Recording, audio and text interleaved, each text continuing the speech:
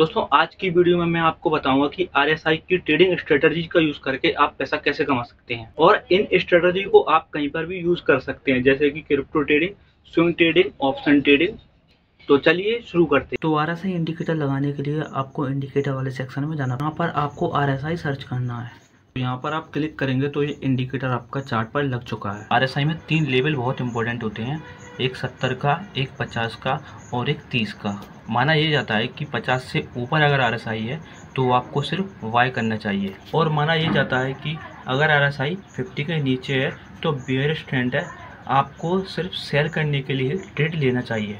और इसके अलावा आरएसआई की जो ट्रेडिशनल स्ट्रेटजी है, जब आरएसआई अपने 70 के लेवल से ऊपर जाता है एंड उसके बाद नीचे आता है, तब प्राइस के गिरने के चांसेस होते हैं, क्योंकि यहाँ पर माना जाता है कि प्राइस ओवरबॉट हो चुका है।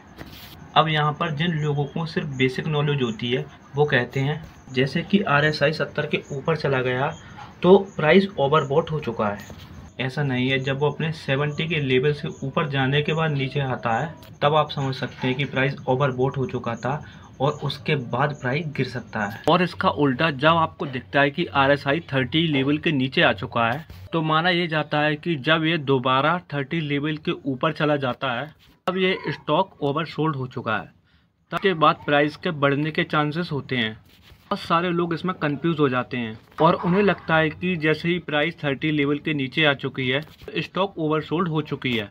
ऐसा नहीं है, तो नीचे जाने के बाद ऊपर दोबारा वापस जाती है तब आप बोल सकते हैं कि प्राइस ओवरसोल्ड हो चुकी है, और उसके बाद प्राइस के बढ़ने के चांस होते हैं। आप देख सकते हैं चार्ट में भी प्राइस ऊपर की साइड बढ़ा हुआ है, जबकि आप ये समझते हैं कि आरएसआई 30 लेवल के नीचे हैं, उसके बाद प्राइस बढ़ सकती है। तो आप देखिएगा कि प्राइस बहुत अच्छी गिरी थी, लेकिन यहाँ पर एक बात का ध्यान रखें कि ये एक ट्रेडिशनल स्ट्रेटजी है, ये आपके सीखने समझने के लिए है और आप इसके बेस पर ट्रेड बिल्कुल ही मत लेना। इसके बाद हमारी दूसरी स्ट्रेटजी है आरएसआई डाइवर्जन स्ट्रेटजी। तो देखो जनरली होता क्या है, ये प्राइस है और आरएसआई है तो एक ही डायरेक्शन में चलते हैं, लेकिन कभी आपको चार्ट में ऐसा दिखाई देता है कि जो शेयर की प्राइस है वो तो गिर रही है लेकिन आरएसआई बढ़ रहा है। मतलब है कुछ ना कुछ तो है जो आरएसआई गिर रही है पर प्राइस बढ़ रहा है। एक बुलिश सिग्नल होता है, इसको बुलिश डाइवर्जन भी कहते हैं। देख सकते हैं जब भी ऐसा होता है तो प्राइस बढ़ने के चांसेस बहुत ज़्यादा होते हैं। चार्ट में भी देख सकते हैं कि इसके बाद प्राइस बढ़ी है, यहाँ से गिर रही थी और आरएसआई ने पहले ही बढ़ना शुरू कर दिया था। एक बहुत ही स्ट्रॉन्ग बुलिश सिग्नल होता है, ये था बुलिश डाइवर्जन। एंड इसके अलावा हम बात करते हैं बेयरिश डाइवर्जन की। अगर आपको कभी चार्ट में दिखाई देता है कि शेयर प्राइस है वो तो बढ़ी है, आप देख सकते हैं कि एक पॉइंट से दूसरे पॉइंट तक शेयर की प्राइस बढ़ी है, लेकिन जब हम आरएसआई को देखते हैं तो आरएसआई देखो डाउन ट्रेंड में चला गया है, तो इसको हम बोलते हैं बेयरिश डाइवर्जन। इसमें क्या होता है कि प्राइस तो बढ़ रही है पर आरएसआई घट रहा है। इस तरह का डाइवर्जन होता है तो प्राइस के गिरने के चांसेस होते हैं। यहाँ पर भी आप देख सकते हैं कि प्राइस गिरी है, लेकिन एक बात का आप ध्यान रख सकते हैं, आपको ये स्ट्रेटजी समझा रहा हूँ, इसका मतलब ये नहीं कि आप डायरेक्ट यहाँ से जाके ट्रेड करने लग जाएं। हर बार ये स्ट्रेटजी वर्क नहीं करती। अब आरएसआई की हमारी तीसरी स्ट्रेटजी है आरएसआई ब्रेक ट्रेंड लाइन। अब इसके लिए हम क्या करते हैं, हम एक ट्रेंड लाइन ड्रॉ करते हैं जो कि आरएसआई चार्ट में ड्रॉ करते हैं, एंड उसके बाद जब भी ब्रेकआउट आता है तो उसके बाद प्राइस के बढ़ने और घटने के चांसेस होते हैं। यहाँ पर आप देख सकते हैं, यहाँ पर मैंने एक ट्रेंड लाइन ड्रॉ कर रखी है। यहाँ पर आरएसआई ने एक सबसे पहले रेजिस्टेंस बनाया, तो यहाँ पर आप देख सकते हैं कि आरएसआई ने ट्रेंड लाइन को ब्रेक कर दिया है, उसके बाद प्राइस के बढ़ने के चांसेस होते हैं। आप देख सकते हैं चार्ट में भी। आपको एक बात का ध्यान रखना है कि जैसे ही आरएसआई में ब्रेकआउट आ जाए तो आपको चार्ट में भी देखना है कि चार्ट में भी ब्रेकआउट आ रहा है कि नहीं। ऐसा हर बार नहीं होगा, मैं आपको सिखाने के लिए बता रहा हूँ कि उसके बाद ही आपको डबल कंफर्मेशन के बाद ही इसमें ट्रेड करना है।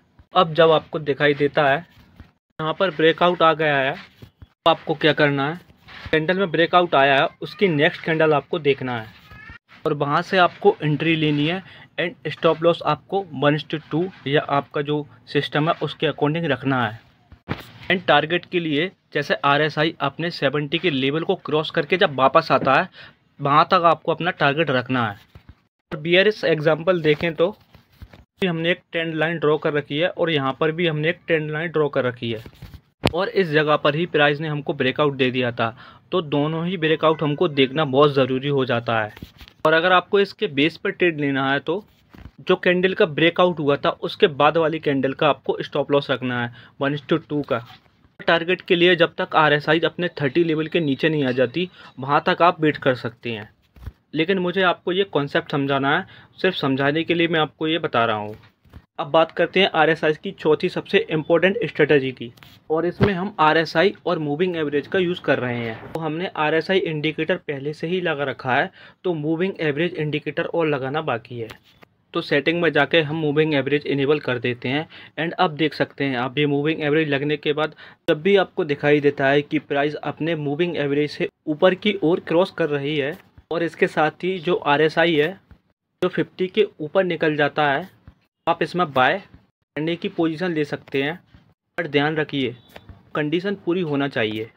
जो हमारा RSI है वो भी 50 से ऊपर होना चाहिए। इसके साथ ही जो शेयर की प्राइस है उसके जो मूविंग एवरेज को ऊपर करेगी।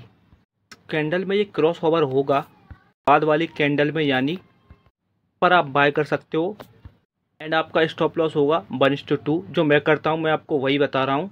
टारगेट के लिए जो हमारा RSI है वो 70 के लेवल को टच कर जाना चाहिए।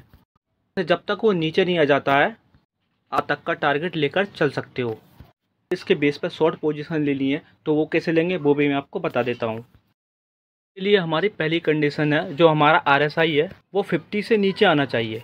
तो आप देख सकते हैं यहाँ पर हमारा RSI 50 के नीचे आ चुका है। इसके बाद जैसे ही हमारे शेयर की प्राइस है EMA से नीचे क्रॉस कर रही है, वहाँ पर ट्रेड ले सकते हैं। वाली कैंडल में जो शेयर की प्राइस है तो यहाँ पर आप शॉर्ट करने की पोजीशन ले सकते हैं। और आपका जो स्टॉप लॉस होगा वो भी 1:2 का।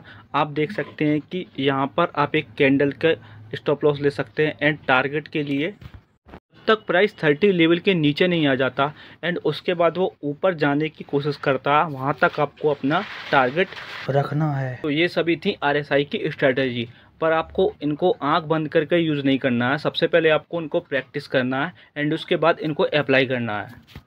काम इनको बिल्कुल सिंपल तरीके से आपको समझाना है, जो मैंने इस वीडियो के माध्यम से आपको समझाया है। वीडियो अच्छी लगी हो तो लाइक, कमेंट, शेयर और सब्सक्राइब करना मत भूलना।